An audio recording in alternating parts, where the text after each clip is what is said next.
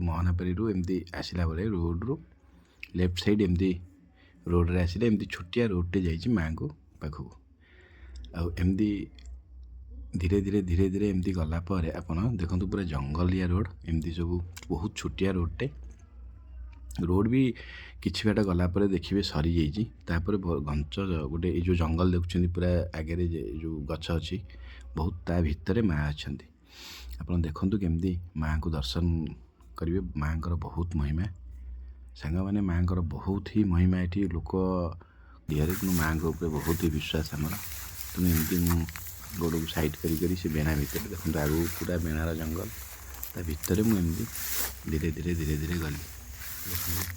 एमती गली निश्चिंत आम विधायक महोदय को अनुरोध करी विधायक महोदय आपड़ टिके रोड उपर ध्यान दे जदि कर आम पंचायतवासी और आम आखपाखे बहुत ग्रामवासी उपकृत होंगे ये बहुत लोकंर मानसिक पूरण होने आसी बहुत कष्ट भोग टे कर ठाकुर पाखे गोटे ट्यूबवेल अच्छी सी बोधे खराब हो जाए पानी आनिक सीठू करते ना ट्यूबवेल करते देखो केमती पूरा मुझे मझीरे जा गोटे देखा आपको खाली चारिपटे देखो बेणार जंगल पूरा से मत से जावाक पड़ो से जगह को मुझे देखिली केमती जीवी रोड तो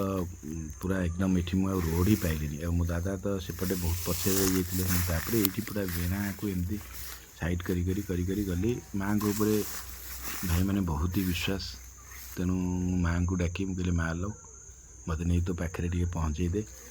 माँ को ऊपर माँ को डाकी मुझे बेणा सब साइड करी करी गोड़े गली देखो एमती जंतु जंतार टे भय थाए कहीं आम तो तलटा देखिपारूँ बेणा उपर एमती गोड़ पकई जावाक पड़े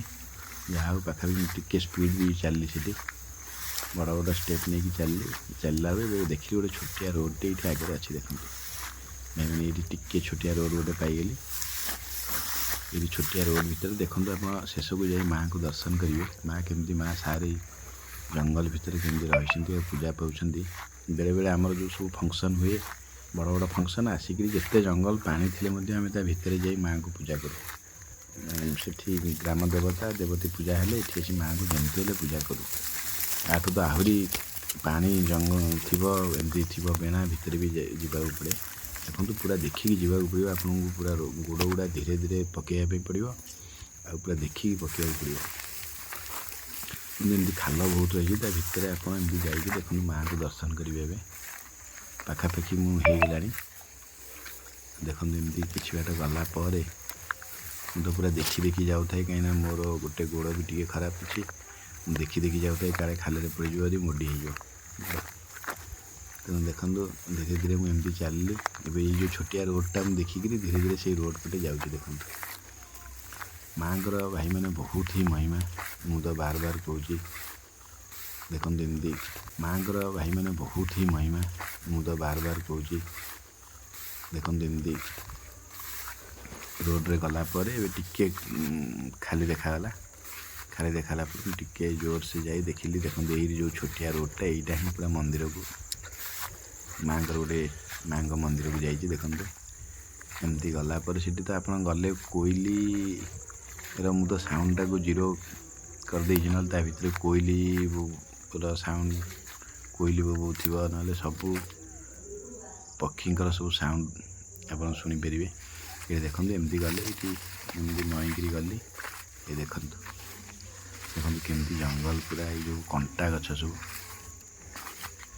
से कंटा गछ भितर देखो बंधुगण देखो ये पाइप अच्छी ये पाइप रु पानी नहीं लोक मैंने भोग करती मुझे आज पाइप मारे मन पड़ानी भावुँ पाइप खराब हो जाए कि कौन किंतु पाइपटा अच्छी ये गोटे ये भी भोग हुए आम भी केतथर करूँ देखो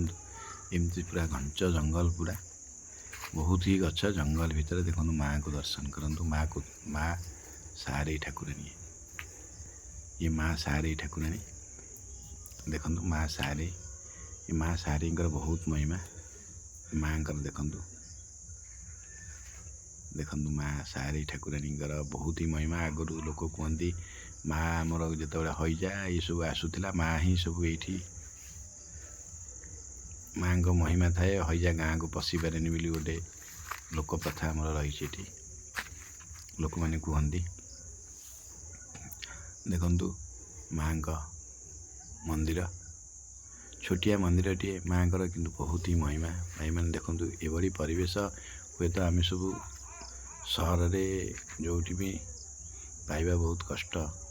ଜଙ୍ଗଲ ଭିତରେ ମଧ୍ୟ ଏଠି ଆପଣ ଆସି 5-10 ମିନିଟ୍ ଆମେ ଆସି ଯେତେବେଳେ ବସୁ ବହୁତ ହି ଶାନ୍ତି ଲାଗେ, କାହିଁକିନା କେହି ନଥାନ୍ତି, ପୁରା ସୁନସାନ ଜାଗା। ଆଉ ଏଠି ଆସି 10-15 ମିନିଟ୍ ଆମେ ମାଆଙ୍କୁ ଦର୍ଶନ କରୁ। 15-20 ମିନିଟ୍ ମୁଁ ତ ନିଜେ ଅଧଘଣ୍ଟେ ଲେଖା ଏଠି ବସେ ଆସି ମାଆଙ୍କ ପାଖରେ। ଦେଖନ୍ତୁ ଚାରିପଟେ ଜଙ୍ଗଲ ଭିତରେ ଛୋଟିଆ ମନ୍ଦିରଟିଏ ଅଛି।